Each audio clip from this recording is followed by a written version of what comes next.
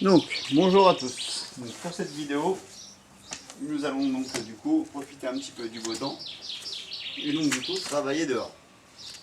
Petit rappel, donc j'ai détaillé les principales connexions pour raccorder l'alarme sur le fichier que j'ai présenté, enfin, ou en tout cas qui n'est pas encore en ligne mais que j'ai dû mettre en ligne depuis, donc, du coup que j'ai présenté sur la chaîne YouTube. Donc on va vérifier maintenant quelques points étape par étape, donc le branchement de la centrale d'alarme, la vérification donc du coup des déclenchements des boucles normalement fermées, normalement ouvertes en fonction de ce qu'on doit avoir sur les différents fils de couleur de la centrale d'alarme. Il faut bien vérifier que ce qu'on nous annonce c'est cohérent avec ce qui est réellement attendu. Donc, et puis du coup, après en deuxième phase, on commencera à installer les éléments, on va dire, sur la moto, c'est-à-dire on commencera à couper des fils, raccorder des fils, etc. Mais avant tout, je vais raccorder l'alarme, la positionner, raccorder donc le plus, le moins, la polarité donc, à la batterie. Et puis après, vérifier avec les clips de télécommande que le fait de la mettre en service, on actionne bien ou on désactive bien des boucles fermées ou ouvertes, notamment pour le coupe-circuit. Donc voilà. Donc là, je vais zoomer un petit peu maintenant par étapes. Je vais d'abord voir où est-ce que j'installe la centrale pour pas qu'elle dérange.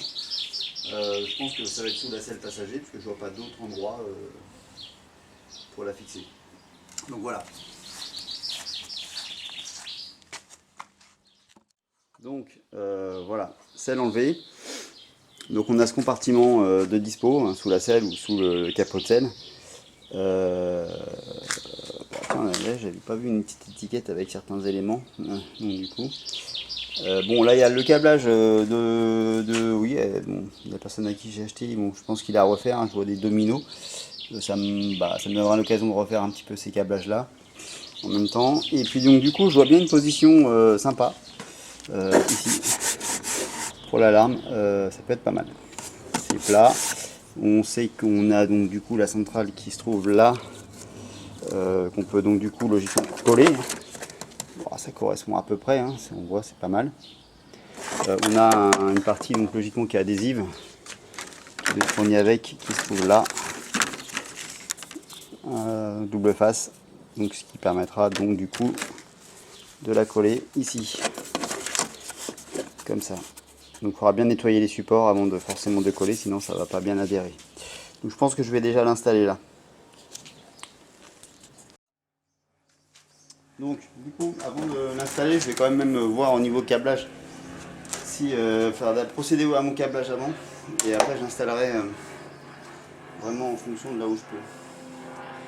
Donc, ça peut être aussi un peu sur le devant, ce qui me laisserait de la place pour mettre des choses ici quand même.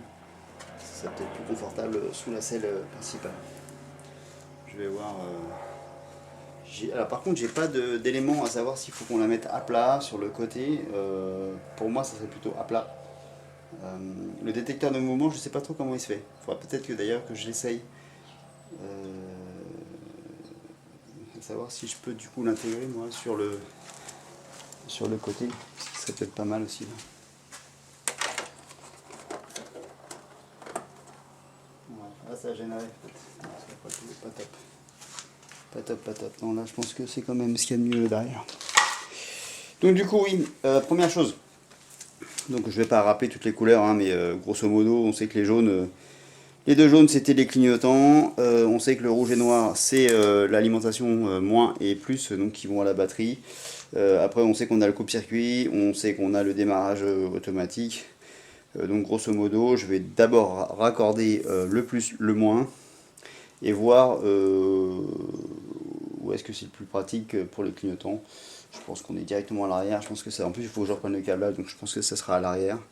Et puis dans un premier temps, après on verra et on pourra tester tout ce qui est contact pour le coupe-circuit et autres.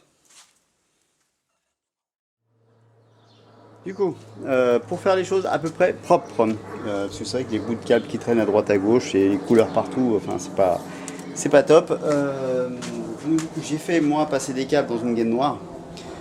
Les câbles dont j'avais besoin qui devaient rejoindre donc du coup le module, un peu l'intelligence de la moto, ce qu'ils appellent je crois le ICU ou calculateur ou bref. on va dire le boîtier, l'intelligence de la moto. Donc du coup ça c'est le bornier qui va à l'alarme. Donc du coup j'ai mis un petit raccord en caoutchouc au bout de mon câble. Là c'est un câble typiquement câble électrique que j'ai dénudé, que j'ai donc du coup perforé un peu l'intérieur. Enfin je l'ai un peu nettoyé la gaine intérieure sans la blesser, sans la couper, pour faire passer toutes mes multipaires, pour que en fait ça me fasse une liaison entre l'avant et l'arrière noir, propre, que je puisse attacher, et que en fait on voit pas des fils qui se baladent à droite à gauche, et avec les vibrations et autres il n'y a pas de risque de coupure, de blessure de câble et autres. Donc voilà, si vous voulez des explications directement la méthodologie, comment faire un bout de gaine noire, après en bricolant on peut facilement le faire quand on a des câbles électriques chez soi. Sinon on peut aussi, je pense, acheter des passe-câbles qui font quand même plus propre. Il vaut mieux quand même faire quelque chose de plus propre en prenant du temps, que de faire quelque chose qui va effectivement vite fonctionner, mais qui à la longue va peut-être créer des pannes et des problèmes. Alors, je ne sais pas si on voit bien, globalement ça se présente comme ça. Après il y a de la luminosité, je suis pas sûr qu'on voit super bien. Donc du coup il y a mon câble qui est là, qui repasse donc du coup devant ici. Et j'ai fait donc sortir mes petits câbles pour l'instant ici pour le plus, et tout ce qui est coupe-circuit et autres. Voilà. Donc grosso modo, après il me reste les deux fils jaunes aussi que je vais faire passer pour les clignotants. Ça c'est pareil, je pense que je vais les mettre sous gaine noire, attachés sur un coin, parce que c'est vrai que sinon c'est pas top. Donc j'ai fait la même chose donc du coup pour les clignotants, pour que ça fasse propre. Donc on voit ici les deux fils jaunes des clignotants. J'ai remis une gaine noire avec ce qu'on appelle un souplisseau. C'est un peu un raccord caoutchouteux qui vient enserrer le câble et puis les deux petits fils. Ça fait qu'on les voit pas forcément. Voilà, petit fil jaune. Moi je trouve que ça fait vachement plus propre en sortie d'un connecteur d'avoir des connexions avec des souplisseaux pas rétractables. Alors pas thermo-rétractables, mais ils se rétractent en fait parce qu'ils sont en caoutchouc serré. Voilà. Et donc du coup pour les écarter, on a donc une pince effectivement comme ça qui écarte le caoutchouc. Voilà.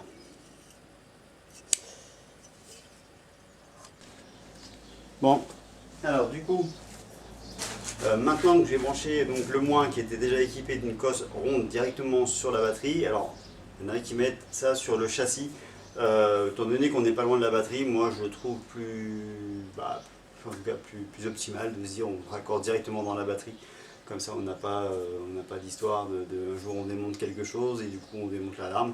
On sait qu'en tout cas elle est associée directement le moins sur le moins de la batterie, le plus sur le plus de la batterie pour l'alimentation de l'alarme. Sur le plus ils ne mettent pas de cosse, donc là je vais aller chercher des cosses. Donc on essaie de prendre des cosses adaptées par rapport au diamètre du conducteur du câble.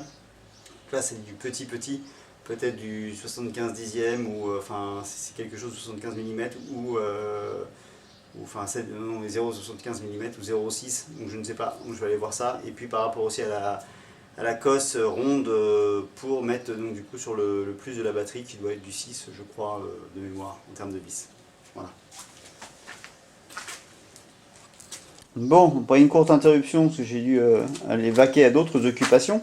Donc on recommence, donc là il y a bien le plus et le moins qui est raccordé, logiquement on ne voit pas de câble débordé, donc ça c'est plutôt propre, alors, hormis la petite nappe qu'il faut qu'on raccorde plus tard pour les coupe-circuits et autres.